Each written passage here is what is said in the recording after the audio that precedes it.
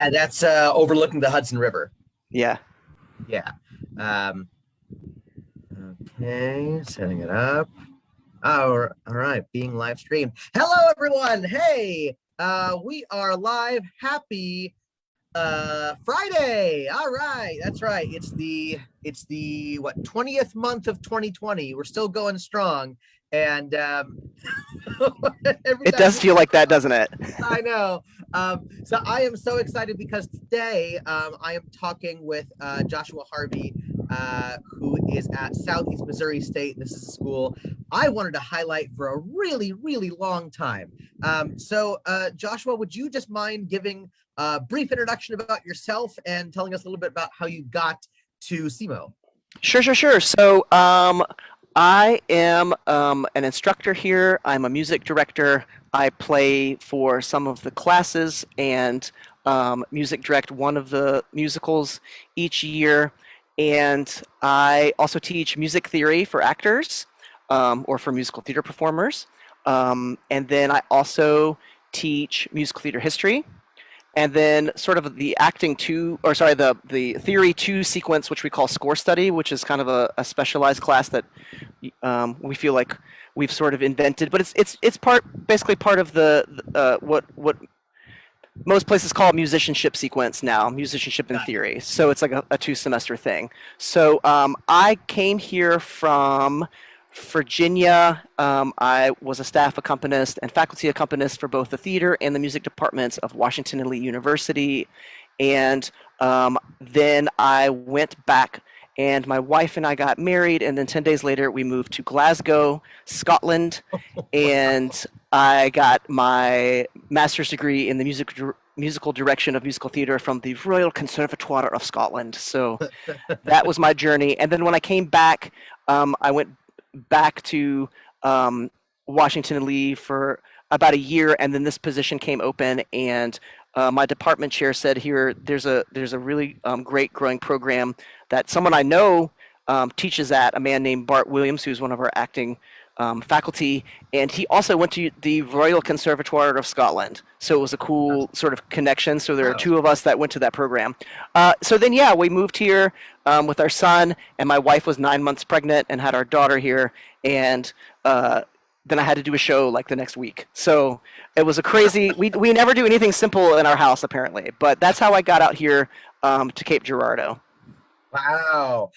So can you tell us a little bit about, if a student ends up at Southeast Missouri, tell us a little bit about the campus and the town they can expect to be in. Yeah, so Cape Girardeau is pretty small for some people. My Yeah. wife is from Vegas. It is small to her. It's about 60,000 people. Um, I'm from, like I said, a little tiny town in Virginia, rural Virginia, which had 10 to 13,000 people, but it was really about 6 or 7,000 people plus two universities full of students. Got it. So to me, it's like a big city, but Yeah. it's sort of a moderately moderately sized regional Midwestern city with lots of access to lots of places. And it's big enough to have a really tiny airport, but like the airport is smaller than the campus buildings, so you Yes. can Got it. fly here. Um, but I was used to driving an hour to go to Target and Olive Garden. That was always a treat, that sort of thing. Right. And no, those are like 10 minutes or less from my house. So Yeah. it seems to satisfy people from big cities enough, like clearly not from New York or LA necessarily, Sure. but it has enough amenities. It's got a sort of a quaint old downtown area, which is very close to River Campus here. If you've ever seen the movie Gone Girl Yeah. with Ben Affleck, well, there's the bridge she drove over. Oh, I knew that. Yeah. Okay. So that whole movie was actually filmed in Cape Girardeau for the most part, including Oh, the external scene for the bar, which is an actual yes. restaurant here downtown that's still called the Bar. Um, Wow. so yeah, so if you like want an actual quick vibe check and you're want to see it on screen. And this was before I was here, like maybe a year or two. But Right. apparently, a lot of our students were extras in that from the Oh, department at the okay. time. So it's a region, a reasonably sized city, And we can talk about access to other cities in a bit. But then I'm sitting on the river campus. So Southeast Missouri State has two separate sort of campuses. They're only about mile and a half, 2 miles apart. What we call main campus, which is Yeah. where the academic hall building and the library and all those things are. And then about, gosh, it's been I think 11 years now. They completed the first couple of renovations on this, which is the river campus. So I'm sitting right here next to what's called the seminary building, and it actually used to be a Vincentian monastery for Catholic Wow. priests. So I like to think that like a monk was living in what was my office. But the windows have that sort of you can see that sort of cloistered Yeah. circular feeling at the top. You can't see from out here. One of our performance spaces is just right over there. You can see that the windows have slightly a different sort of shade. It's because they Yeah. have stained glass behind them, where the Wow. chapel where they used to celebrate mass was converted into a concert hall, predominantly used Wow. for the music department and their concerts. But it's a beautiful space, and they reclaimed a lot of the old wood and kept all the Oh, stained glass cool. windows and stuff. So it's a really cool place. So that this building was renovated, and then the building that we'll go into later first, which is right behind me here, is the main performing arts building, and then just north that direction behind the seminary building was the last building to be completed, which just opened the year right before I came, so about 7 years ago, which has like the cafeteria and the dorms on the second and third stories, and then our directing studio where we rehearse musicals, and then a dance studio, and then like the concert band slash choir, big concert band room, choir room, and then some practice rooms and things like that. So the River That's all in Campus, one building? yeah. So it's kind of spread out a bunch of all the departments are sort of spread out across all of these buildings right now. Yeah. We're the only fully accredited arts campus in the state of Missouri, and probably one of the only few, definitely in the Midwest. But it's all self-contained for the most part. There were some sculpture, um, uh, classes that needed big Yeah. studios. You can see we Sure. have there's a lot of sculpture around our like Yeah. metal sculptures made by students around our campus. We're actually getting ready to open a new arts facility, which is kind of across the roundabout, across the parking lot over here for the arts. So all of the visual arts will be here. But yeah, so we have all of Wow. dance, all of the visual arts, all of the music department, and all of the theater and conservatory of theater and dance, all on this campus for the most part. Wow. That's awesome. So, speaking about performance, what are the performing opportunities for a student? And if you can talk specifically about freshmen. Sure. So we don't. I know this is a thing in some places. We don't specifically have a first year rule. Yeah. So there have been years where the first years are leads in the musical. Whoever's Wow. best for the part. So once you're accepted, we do spring auditions, obviously for the fall, and fall auditions for the winter spring semester. And if you're an incoming first year, you are more than welcome to submit a video audition, or very often people will come in person and come to the in-person auditions and be Yeah. cast. So there's no official rule for that. Awesome.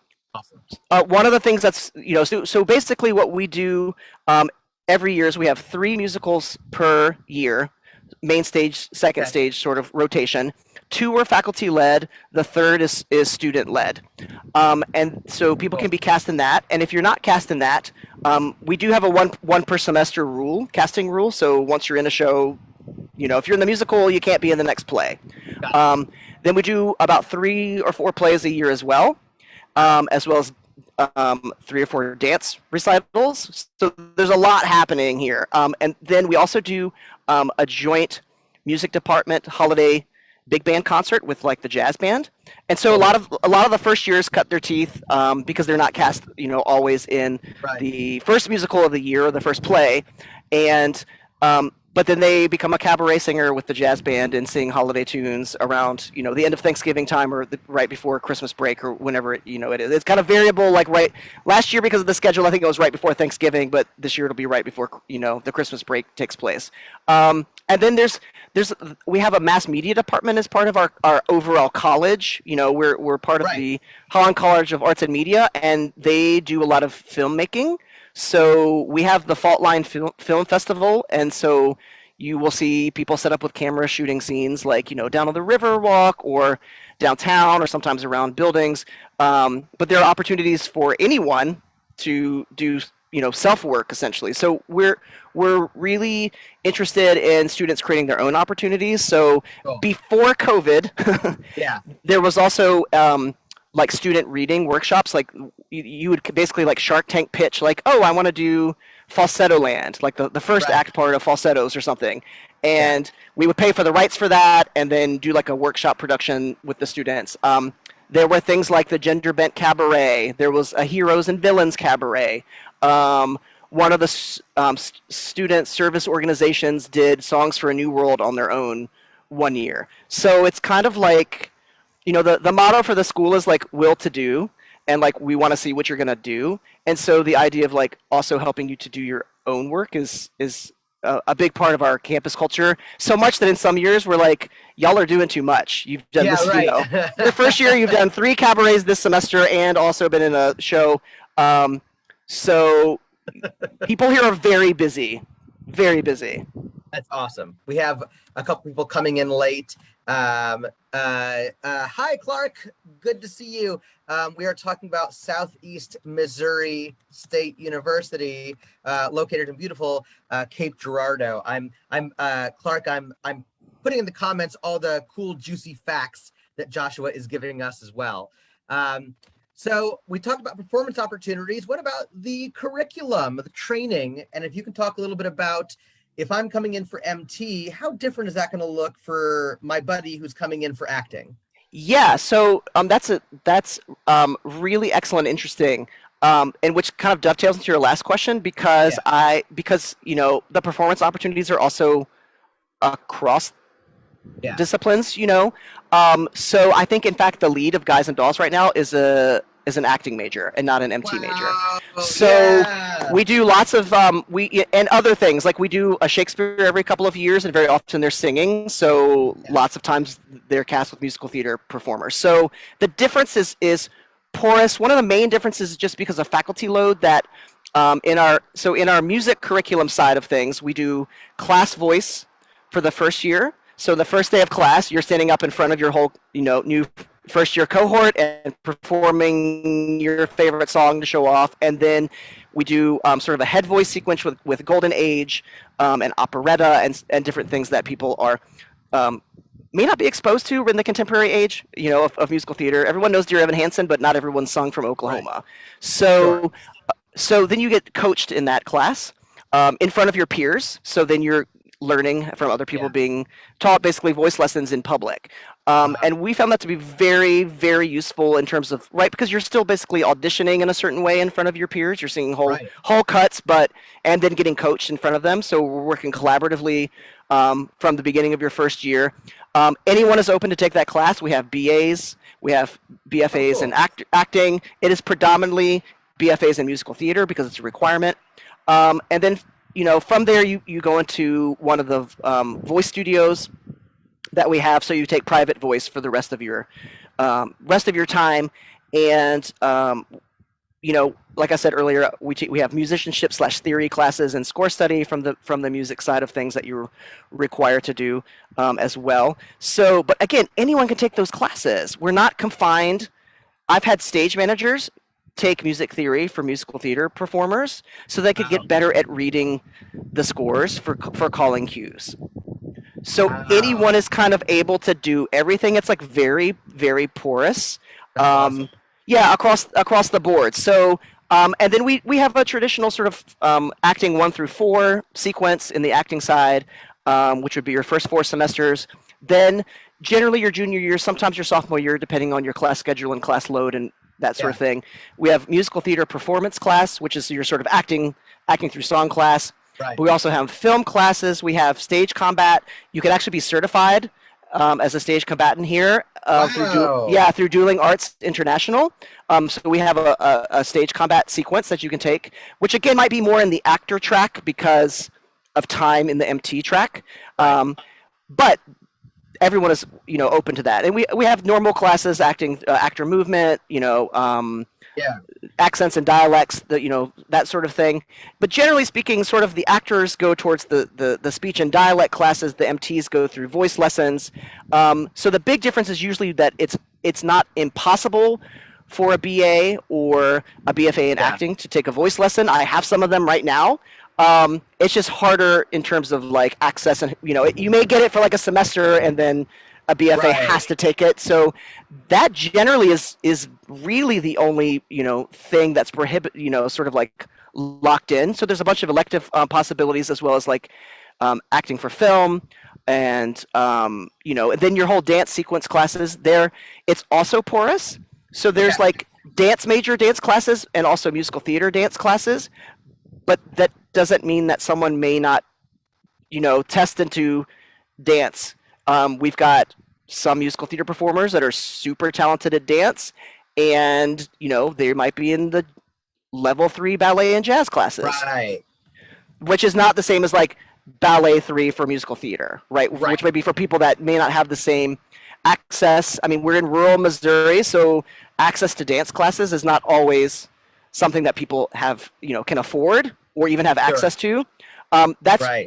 that's been changing since I've been here. We've been getting a lot more dancers overall, but so we have like a good poor sort of stratification system where everyone can kind of be in a level, and then some people move over into dance major level dance, and some people need to stay in musical theater, sort of taking them on the earlier and intermediate parts of their journey for Yeah. dance. That would be me. I'm still there. All right. So let's talk about diversity. Mhm. I'm specifically concerned with, do you have faculty of color or guest speakers of color? And then I also want to ask, I've had a lot of, especially since everything with a couple different universities have kind of blown up and gone public, Yes. a lot of performers who are not like the musical theater body type have come out Yes. and been like, college was terrible for me because I wasn't seen as a dancer, even though I could dance. Yes. So talk to me a little bit about that. I mean, I hope that everyone is still always working on these things, okay? Yeah. I feel like, personally, authentically, that because we know in the middle of rural Missouri, we work harder at these issues and have been prior to things like necessary things like Black Lives Matter. Yes. So kind of at least one faculty member in each, Yeah. side of things. Like we have Ashley Tate, who is from St. Louis. She comes and teaches jazz and hip hop for the dance department. My great colleague Nigel Bird is one of the voice teachers, and we have a tech person, he does like audio engineering. He does the sound for the musicals. His name is Hung-Kyu Lee. He is actually from Korea. So we have at least some representation, not ever enough, Sure. but for the middle of rural Missouri, we're doing better. And honestly, listening to some of the students coming from our other competitor programs who are also very good in this area, we do a lot more work with color conscious casting, and we've been doing that since before I even came here. So it's not necessarily the easiest place for a student of color to be, but we have very good, strong support group, sort of cocooning groups. Yeah. So we have like the Blacklight group, which is predominantly for African American students. There is a Latinx Hispanic student group of basically musical theater and actors. So they sort of have self-selected mentorship and created different, groups for themselves. And then of course, the representation of LGBTQ members on faculty is very high. Sure. So, I feel like, and I'm none of those things. So it's hard for me to put a finger on all of those, but Sure. I feel like for where we are, Yeah, we could always do better, but we're doing better than actually some of the bigger name programs who may not. And then yeah, I think I feel like in terms of body type, if you look at our first year classes, yeah. you would see the whole gamut. Cool. You know, if someone is castable, they're castable, right? Right, And so I know that faculty have conversations about, what is an ingenue. We try. right. Some of faculty still kind of rely on type it, but a lot of the, especially younger faculty, are like, well, an ingenue is whoever someone else thinks someone else is Right. beautiful, and that can be anyone. Right. That can be anyone. So um, I feel like we have very conscious conversations about season selection based on these things. And in terms of Yeah. like guest artists, um, we've had when we did Raisin in the Sun a couple of years ago, we hired we were able through the with the dean's office help and with some of our own funds to bring a black woman director from Chicago. I mean, Oh, no, right? That's who should interpret Lorraine Hansberry, not yeah. Right. someone like me, right? Right. So we've done that. Now I did play for Ain't Misbehavin', Yeah. off stage, Yeah. and we had a great director from a sister college over the river, over the bridge there in Illinois, Daryl Clark, who is a director choreographer, African American, and he was brought over as the guest director for that musical. So Cool. we try to stay in our lanes, as Yeah. as we say colloquially, as much as we are able to do.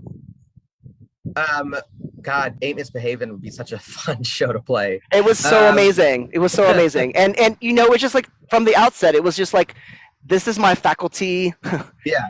like this is my faculty load position. Yeah. Right. No one's going to pretend that it's not, but also that just means that Fats Waller is going to be represented in That's spirit, right. but not in representation. Right. Right. And so the cast was, but also on a show like that, the costume design, the lighting designer were also all students of color. Oh, So cool. we're trying to make it collaborative with also not being tokenizing in any sort of way. We have a very strong the Holland College of Arts and Media, which we're a part of. Um, has a very strong um, equity and diversity committee, which is Cool. very balanced and puts on events for students and puts on concerts and other things. So we talk about it again. I think almost more because we know of where we are in the world Sure. than maybe in some other places that think, oh, we're in the city, we're more progressive, or we're more, it's like Right. that's, I always say River Campus is probably the most progressive place. And in COVID times right now, it's probably the most highly vaccinated place uh, within 100 miles in any direction, So it's no matter what side of the aisle you're on, you can find something living in this community. But generally, we think of River Campus as like the safe space. It's not Yes. just this classroom or not just this faculty member. This campus is the safe space for all of the communities that we teach. Clark has a question as we're going, so I want to ask it before I forget. Do you have a pre-screen process, or do students just apply and make an appointment? That's a great question. We sort of had more of a pre-screen process last year because of COVID, Yeah. and the sheer number of videos that we're starting to get, from Sure. from all over. I mean, I'm sure all the schools got like big hit Yeah. with mad videos, and we did too. Yeah. We hit, hundreds and hundreds of videos, which is fantastic. Yeah. I think we had close to 700 submissions last year, which is not Penn State or Michigan, but we're like, that's great for us. So the audition process though is pretty laid back. I think the first one in person here is October 1st, and you basically come and take a tour, and we let you sit in on classes. Some of the dance faculty like want you to be in dance classes if you're here during a school time. Also, like for that one, October 1st is the Friday night of Guys and Dolls, so you get to see an actual show Oh, while you're cool. here. So a lot of the in-persons are like that, but we do generally receive video submissions, and as far as I know, we're still part of the sort of standard paper mill play, the paper mill Yeah. audition package. So Yeah. there's no like pre-screen like the big schools that are whittling it down. We still basically give ours are more rolling, so we let people Yes. know like kind of yes or no, or maybe That's cool. maybe one thing that we also do is that we're like, okay, if maybe you're not quite BFA your first year, very often we're like, come start as a BA, but take all the BFA classes. Show Yeah. us what you can do, and then re-audition again. That's cool. And every year we have multiple students who technically are a BA, which only means that they're looking at a broader experience Yeah. than just one thing. And Right.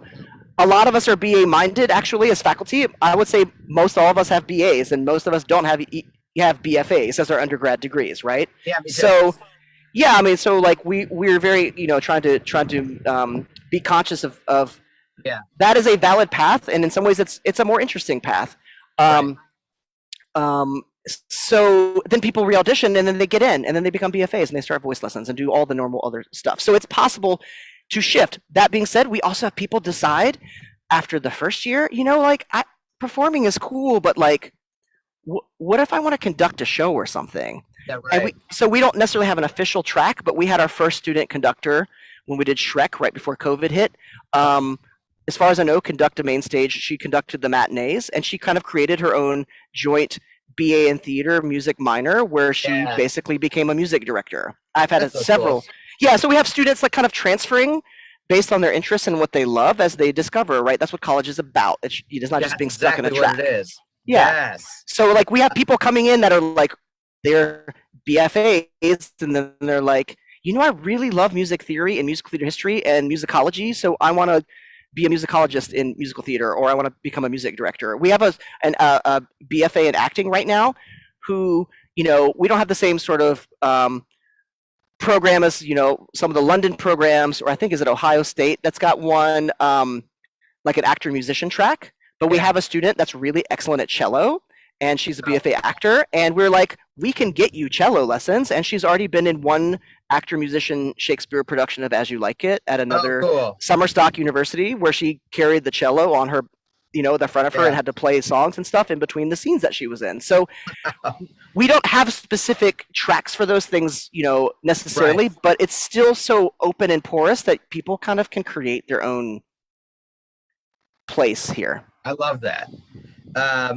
Okay. I gotta need to hustle here, so We're good. I'll try to okay. So talk to me about tuition, room, board, and do you offer merit or talent-based aid? All the above, yes. So the sort of baseline to put in people's brains Yeah. for a year of tuition here, depending on your housing options, your Yeah. board options, food choices, how many class credit hours you're going to take, Yeah. is generally 15,000 to 21,000 per year. And that's just for tuition. That's not including room and board, right? No, that's everything. Whoa! Tuition generally runs about, I think, 12 to 15 grand. Got it. And if there are various scholarships that people can find on, if you put in CMO scholarships, Yeah. there are things like the Copper Dome scholarship, which is sort of like graded. So we're a test optional institution. Cool. But if you do ACT or SAT and you got like a really good score on those things, and you've got like a 3.5 or higher, you can get more money. So I think the most you can get is if say you've got like a really high ACT SAT score plus like a 3.9 or above, then you can get up like $5,000 a year off your tuition. Well, it's already only 15 grand a year. Right. That's a lot of money. Then you Right. start looking at other things you can get with those same sorts of things. I think it's like as low as somewhere. It's on my. I've got it pulled up on my screen, but I just want to talk. So I think it's as low as like having a 3.25 or a 3.5. You can apply and get in-state tuition, Wow. which takes you down to that. So and that's sort of like also one that they sort of are additive to. And then there's other things like the Will to Do scholarship, which is like do your Pell Grants, do your financial aid, we'll try to help you make up the difference so that you pay no tuition, essentially. Wow, good So, Lord. no, it's really incredible, and a lot of our students leave here, with far less debt. And I say very cheekily, you can go to our school for all 4 years, where you could go to our competitors' schools for maybe a year or even Right. sometimes the semester, so depending on where you live and where you go, Wow. so we try to deal, we're very conscious about the fact that musical theater is essentially a classist art form. Yeah. Got to have a lot of money for those acting classes, got to have a lot of money for those dancing classes and voice lessons, like all that stuff. Like, we're a teaching school, not a polishing school. So we take Yeah. people on talent and their amazing abilities, but we also look at potential mixed into Yeah. the talent. And so we have a very wide base of capability within, the Venn diagram is still smaller than it used to be, Sure. so it's still competitive now. But I think we're very aware of like the cost. But when our students leave, Yeah. a lot of them leave with no debt, and then they can go do that Chicago storefront show they want to do that's not going to pay them anything, right? You can Right. do work because you're not having to worry about Right. like having to make an equity living the first year out Yeah. of college or something like that, right? So we have a broad base of people doing lots of things in lots of cities. Would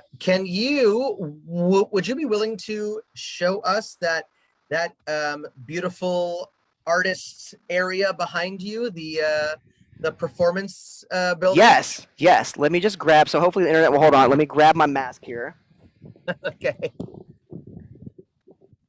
So we are currently on mask mandate, fortunately, still, except for the onstage performances. Okay. So all classes are masked. I just Let teach me ask class you outside. something. Yeah.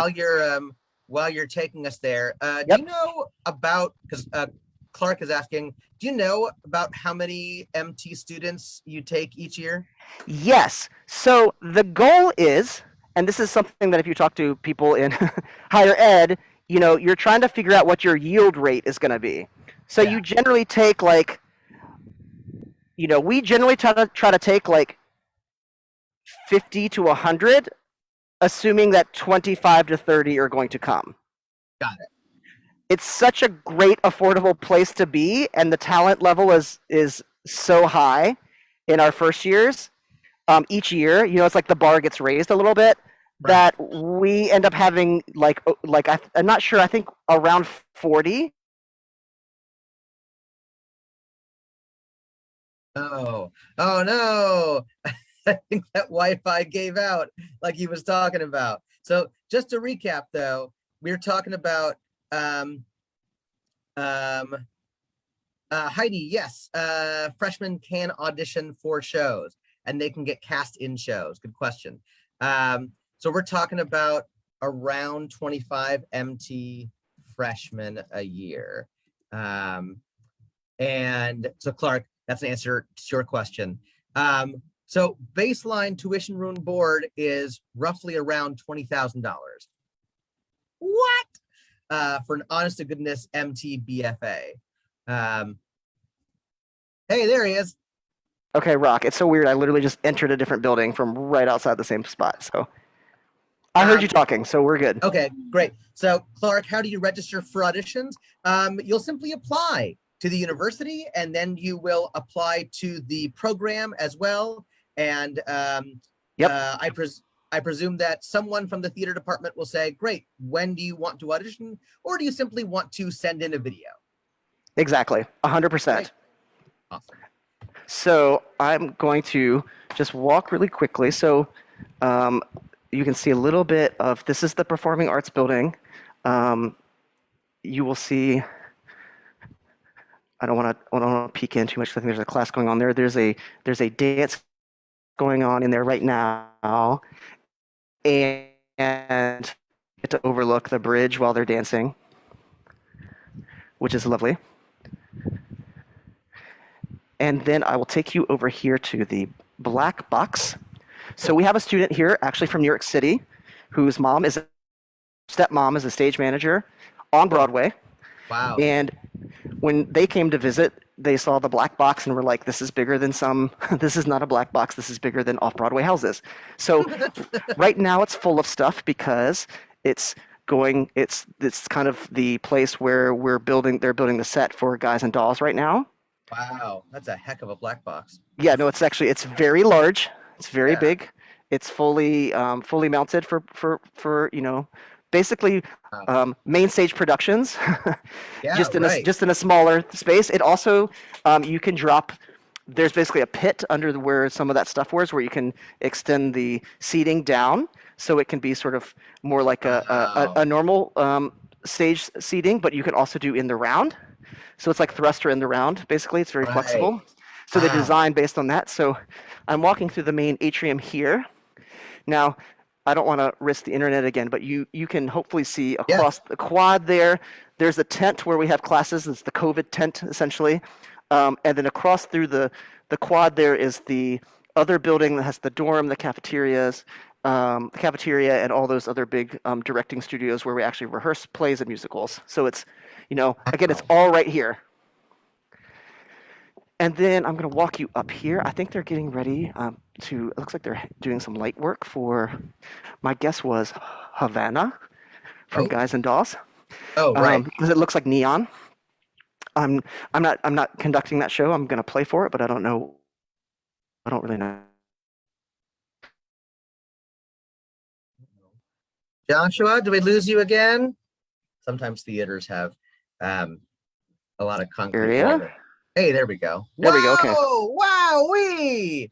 It's gigantic. I'm going to try to not step on any paint, but they're clearly working on. Now, we have a full-size pit area, and then you can see we have a 950 seat triple tier, essentially, theater. And not all shows sell out, but the family shows, like we're doing Cinderella coming up here in January, February, they Wow. pretty much always kind of sell out. Shrek sold out, Mary Poppins sold out, things with kids and families.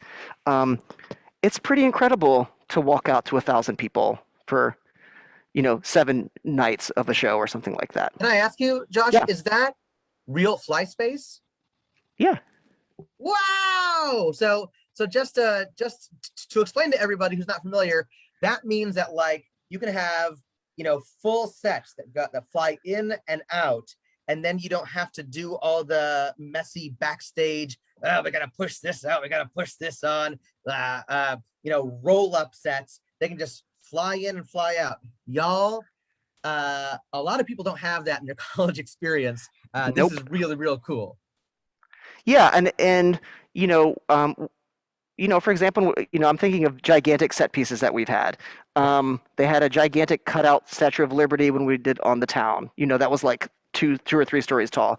Yeah. When we did Adam's Family, they were able to they had these gates that came down from the fly, and as they were coming down, they would close in front of like where the curtain would Wow. be, and then it would and then it would like sort of open back up and then fly up, and it was like these massive, look like wrought iron gates. So yeah, there's a lot of stuff that can be done in this space. But I mean, multiple people that have come here, including including Danny from A1's, from New York, that have come here. Were like, this performance space is pretty unparalleled. There's a couple new ones coming out. I think University of Alabama's, whenever it gets done, that'll be a great space. Yes. CCM apparently has got a really great space, but it's it's so cool.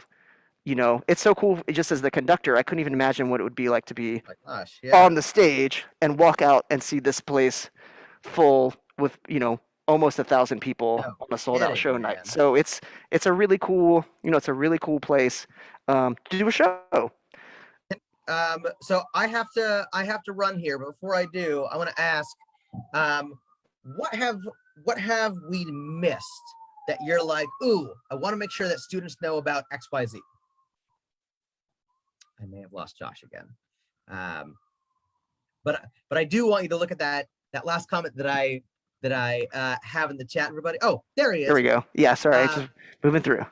okay, so I have to hustle out, but before I do, I want to ask you: is there anything that we didn't talk about that you want to make sure? Hey, I want to make sure this gets talked about, that students know about this.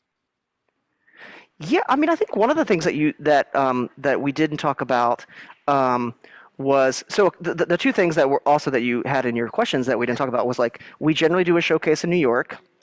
This Cool. COVID years, we've been bringing just our basically Broadway friends to do Zooms and things like that instead of traveling. Yeah. Um, and then, what's cool about the city, not that I don't love New York, but the idea that New York is the center of the theatrical universe is not always that's not always useful or true. Right. Um, so the access that students have here, we're like 2.5 hours north of Memphis. We're like Oh, two cool. hours south of St. Louis. We're 6 hours from Chicago. We're 4 hours from Little Rock. We're like 3 hours from Nashville. So the sort of quadrant of the Midwest right here from Chicago down. New Orleans is actually only about I think 9 hours or 10 hours from here. So Okay. it's a really easy place to get from place to place, essentially, if you're Cool. a student looking for other markets. So we have lots of students working in Midwest markets, as well as students moving to New York. I think one of our graduates last year just has been in New York a week and just booked a new musical reading. So people are moving to the city, and lots of the actors and musical theater performers also moved to LA from here.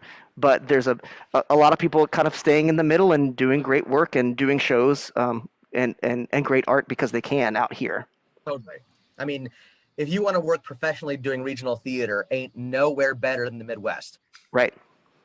Yep. That's There's a awesome. lot happening in St. Louis right now. There's a lot happening in St. Louis. So Absolutely. I mean, most of my auditions that I go in for are located somewhere between like the Sierra Nevadas and like the Rust Belt. You know what I yes. mean? So Yep. like if you want to be working professionally, especially going to a school in the Midwest, a lot of your professors are also musical directors or choreographers or directors at regional playhouses. Right. And it's not that unusual for them to be like, hey, I'm doing this show in the summertime. Make sure to come audition for me. Wink. You know what I mean?